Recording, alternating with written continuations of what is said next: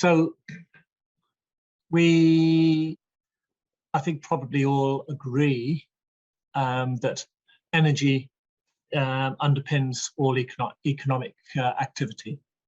And this is Gail's slide that she's shown many times, showing the absolute link between the both.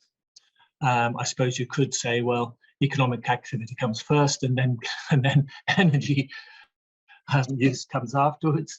The energy use is a function of economic activity rather than the driver of it. And it'd be interesting to see what people say on that issue. But I think we generally agree that all economic activity is driven by energy, as you've outlined before, Tim, as well. And that we are, as you've shown also, that we are in this net energy crisis, which effectively is heading towards fairly rapidly towards a zero net energy sum. And here we have the arrow on the left shows the energy cost as a percentage of GDP. And I think that one of those issues is really the exponential change in this, which is something that I think is not, is something that we're seeing now, is the very rapid collapse of net energy. And the problem is that the world only sees gross energy production. They don't see the what lies behind. So net energy is the basis of all economic activity. Continued reduction in net energy is the end of economic growth, which is basically the end of the debt with interest financial system. So we have basically been substituting debt for energy. The system has been maintained by the creation of money. Now I kind of do this thought experiment that I ask people to do sometimes, to say, well, imagine that the moon, they discovered that the moon was full of oil. Would infinite amounts of money enable us to bring the oil down to Earth? Well, of course it would, up to a point, until the net energy, sort of paradigm came into play.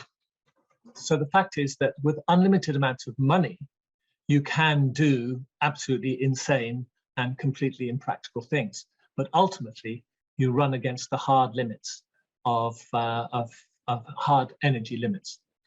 And we're basically seeing that we are running against the hard limits of debt. I think actually, this picture on the left, global debt and GDP, is an old one, and has been really completely replaced by the trillions that are being put into place at the moment. A truly, absolutely vertical creation of debt. But I just wanted to show that obviously the moment that you have a system in which debt grows faster than your economic activity, that is completely unsustainable, and that is going to result in a failure of the system. And it's incredible that this hasn't been discussed.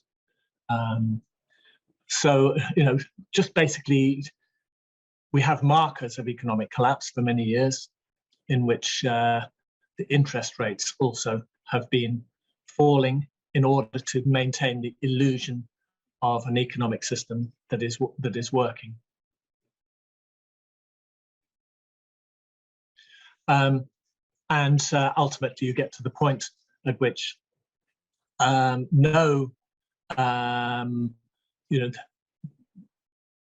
that debt ultimately gives you no more increase in real economic activity, and that is, I think, partly because of the fact that we've been running out of net energy. So we have so many indicators of the end of this financial system, and here's yet another picture that shows the absolute exponential rise in assets.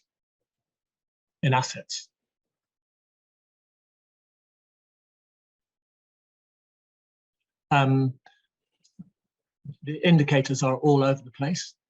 So we have these everlasting rise in various asset classes, and we've reached the point at which essentially what is called the everything financial bubble, and this is obviously now the stock market and the financial system has lost complete disconnect with reality, absolute disconnect with reality, in that printed money, financial money, is being used to maintain the value of stocks and shares.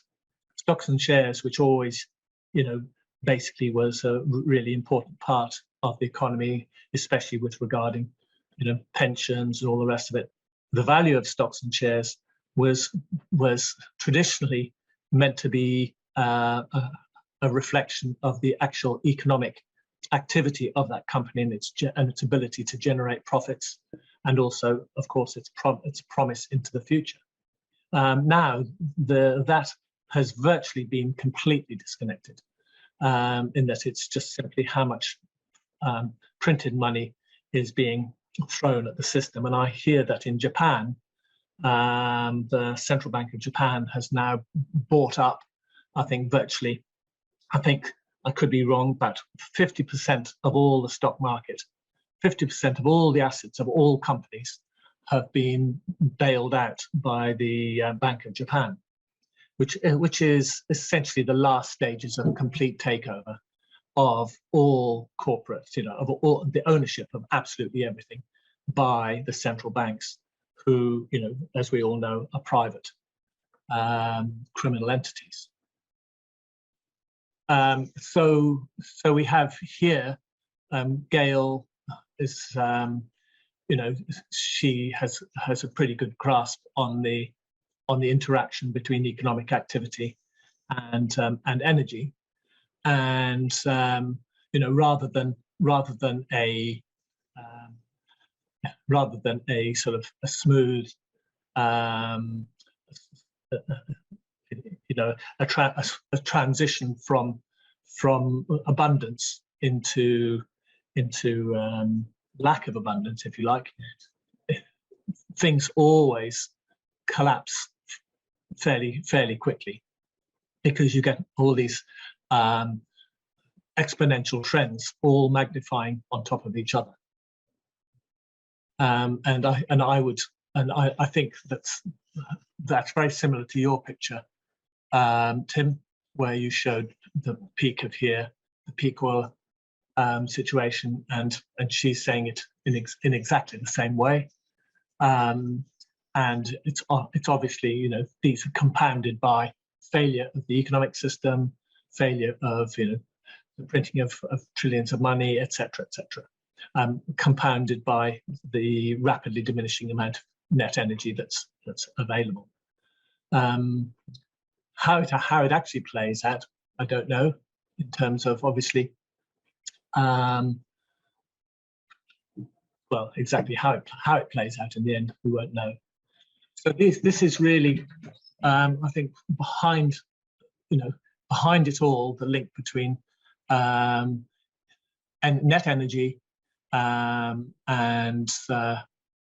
debt and interest rates. And I've drawn this sort of picture here to essentially show the trends that have been that are occurring simultaneously.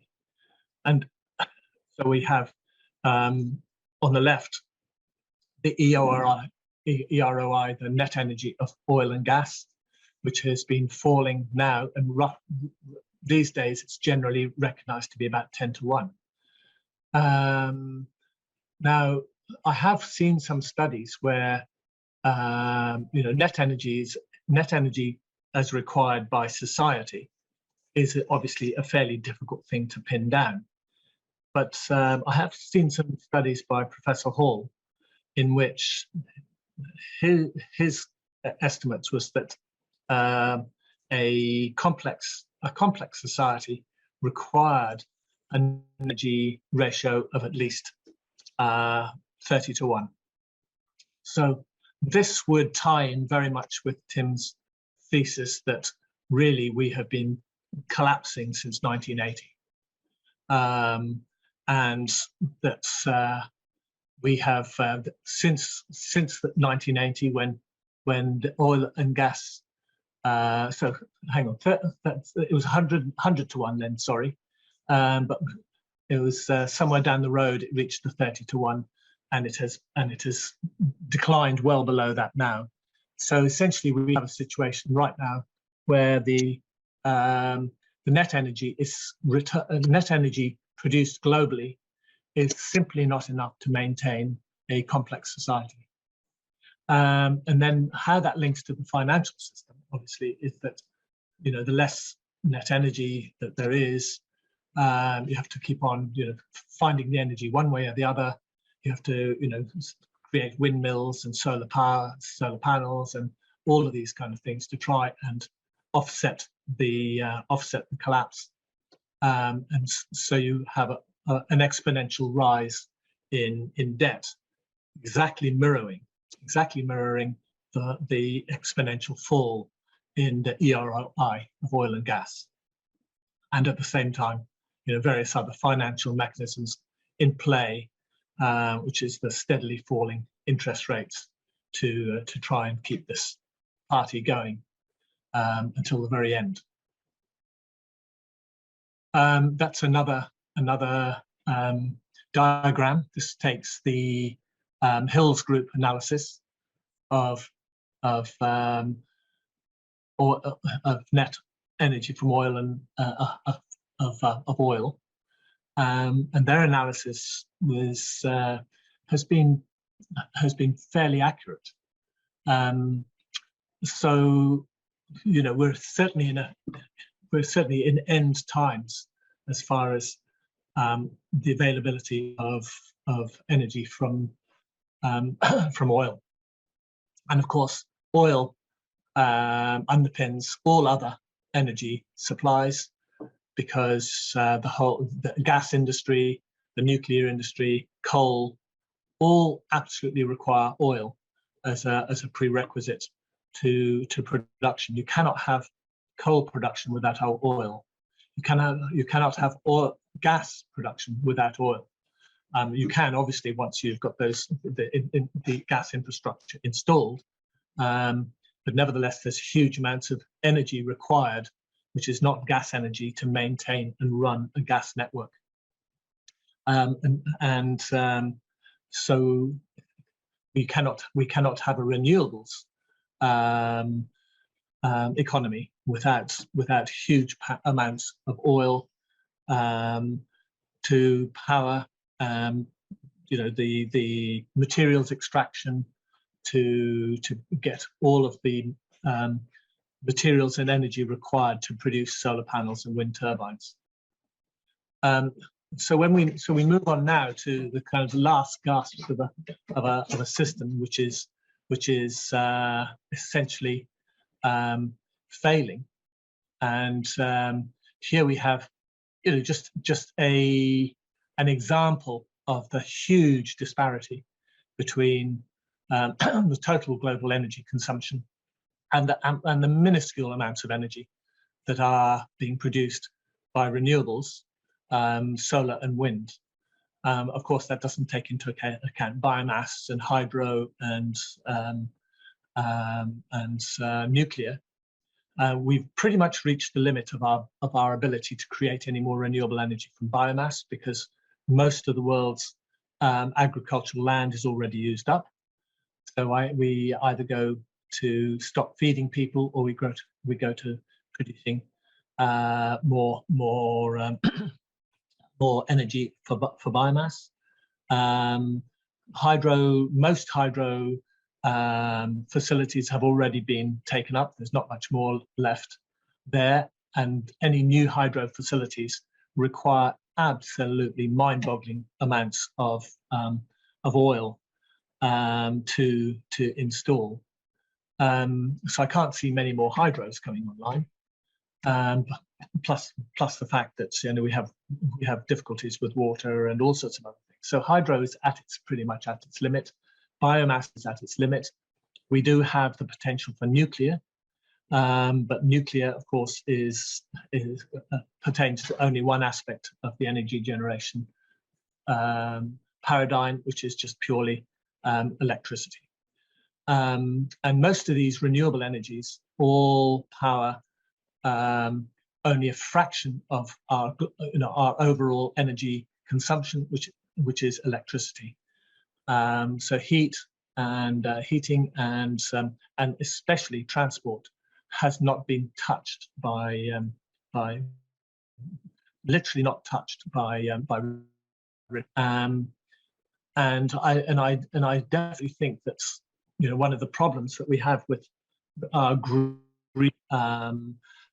all of our green politicians and lobbies, but they absolutely have no idea of the amount of investment in fossil fuels that is required to produce those machines. And they just have the idea that you can substitute one for the other. And we are now seeing the absolute fruits of that insanity. I mean, I'm a renewable guy, and I put in a lot of renewable power over the years in terms of biogas. And I'm working on some big projects now. Whoa, the amount of fossil energy that has to go into those installations is just mind-boggling in terms of the fabrication of all the machines that is required, in terms of the installation, just every aspect of putting in what would seem to be a pretty high energy producing unit in its own right, but that unit is just a pinprick of, let's say, Ireland's, for example, in Ireland here, I've got a fairly significant sort of energy project which we're looking at for producing fuel for vehicles as biomethane, but it's a pinprick. It's an absolute pinprick, and just to divert slightly on that, to give people the idea of what a challenge it is that Ireland has been looking at for some years now, and has been trumpeting loudly the whole idea of green gas. And I looked at the green gas projections for Bord Gáis, and it shows that gradually, we are going to replace our natural gas with green gas over the next 20 years or so, and most of that green gas coming from grass, basically. And what hasn't been put into the equation is the fact that grass takes a lot of fossil fuel to grow, and right now the price of grass has tripled and has completely wiped out the economic viability of any grass to gas. Plus, also, there's a huge conflict between agriculture, the needs of farming, and also and production of energy. That being said, of course, it's a huge debate about reducing the number of livestock, and if that were to be done, a little bit more grass might become available. But we're really talking about just scraping the bottom of the barrel here. So the whole idea is of replacing Ireland's green Ireland's natural gas with green gas, I think, just borders on insanity.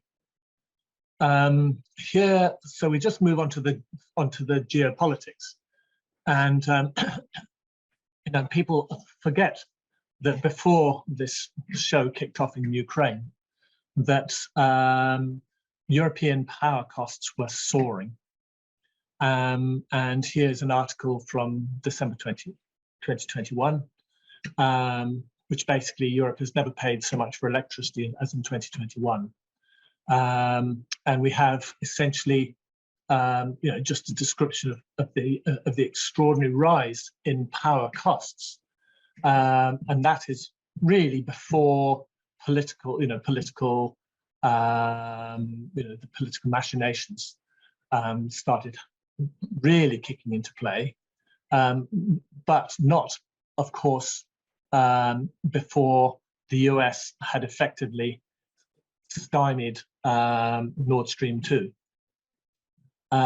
So the political objective of the US has basically been to throttle Germany's economy by preventing it getting cheap energy from Russia, and that is absolutely plain for all to see.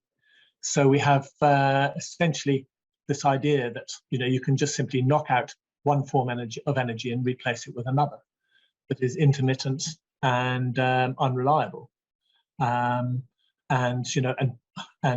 people have this forget that if you put in a solar array of 5 megawatts, then your actual average annual generation from a solar array is about 10% of that. So so we've got 10% of 5 megawatts is 500 kilowatts. It's a joke. The average, from a 1 megawatt wind turbine, the average output from a 1 megawatt wind turbine is in practice about 300 kilowatts, if that. And then we have to deal with the extraordinary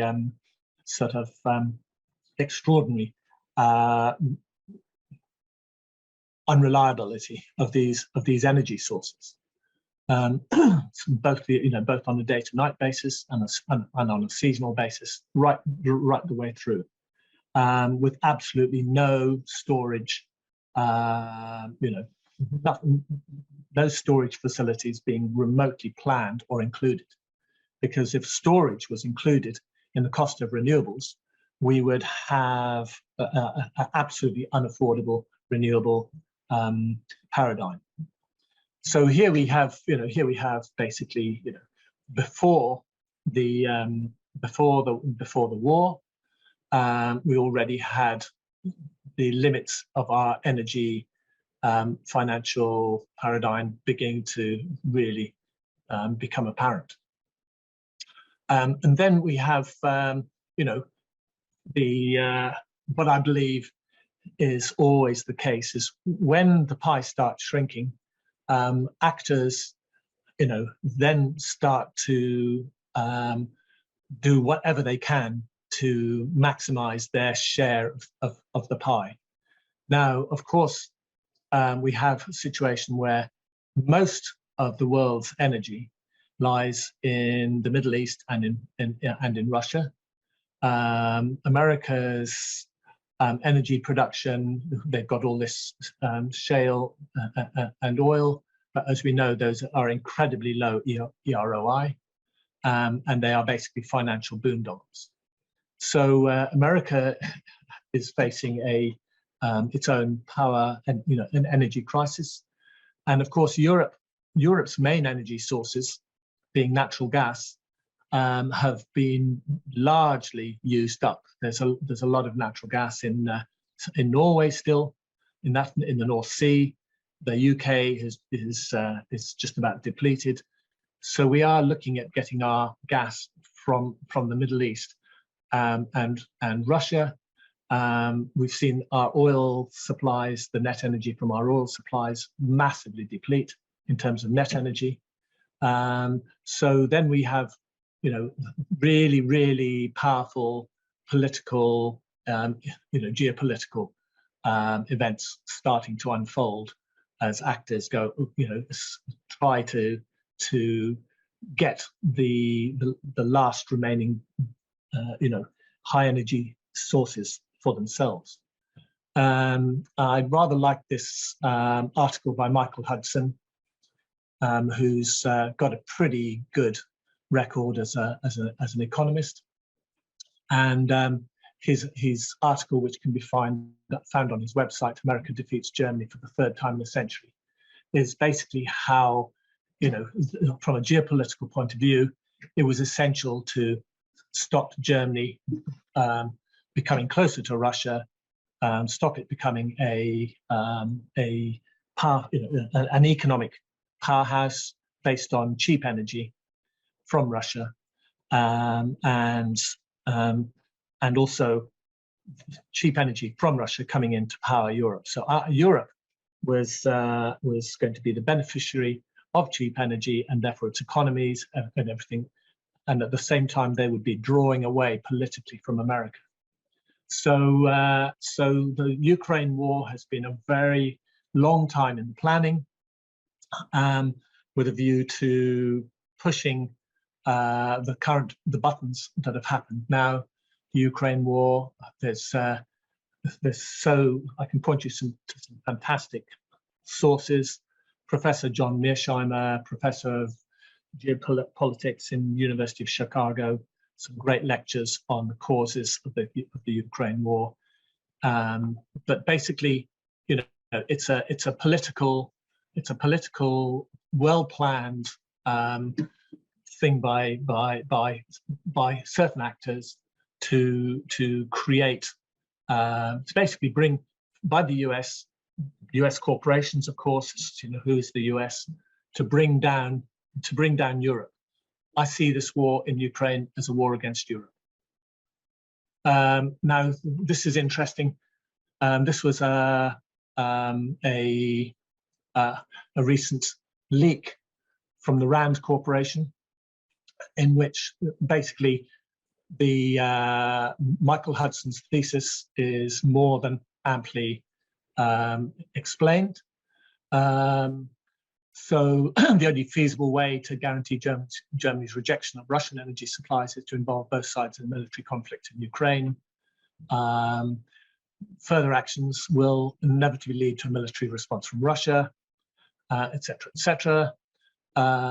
So this is basically, there's some more information that's taken from that leak. In what appears to be an exceptional internal leak from the think tank Rand Corporation, of course, behind American foreign policy for decades. Reduction in Russian energy supplies, ideally a complete halt of such supplies would lead to a disastrous German industry. That's exactly what Michael Hudson was saying, and his article was 3 or 4 months ago. And the need to divert significant amounts of Russian gas for winter heating will further exacerbate the shortages. Lockdowns in industrial enterprises would cause shortages of components and spare parts for manufacturing, a breakdown of logistics, etc., etc. Ultimately, a total collapse of the economy in Europe is seen as both probable and desirable, delivering a devastating blow to the German economy, the entire economy of the EU. And what's the point of this? Well, the point of this is, again, resource grab, money grab. The money printing has caused the availability of trillions of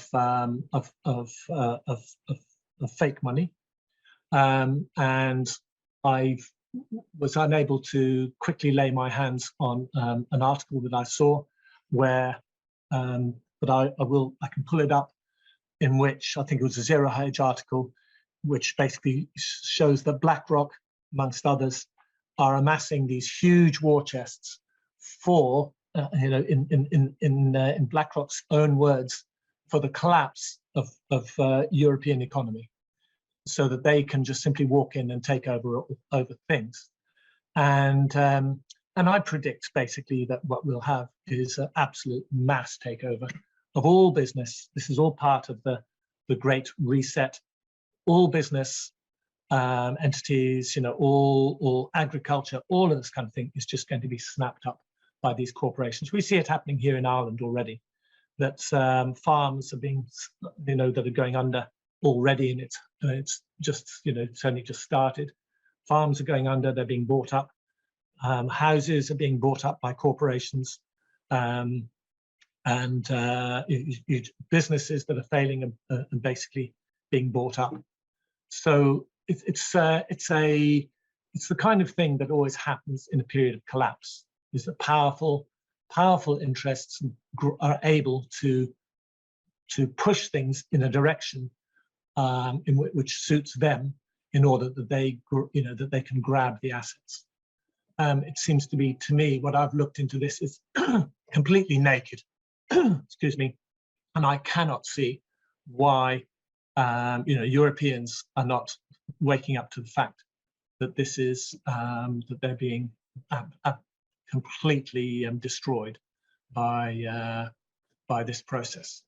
Here we have just Reuters basically saying that United States, this is coming from Reuters, had fomented Europe's gas supply crisis by pushing European leaders towards the suicidal step of cutting economic and energy cooperation with Moscow. I mean, they're so blatant about it.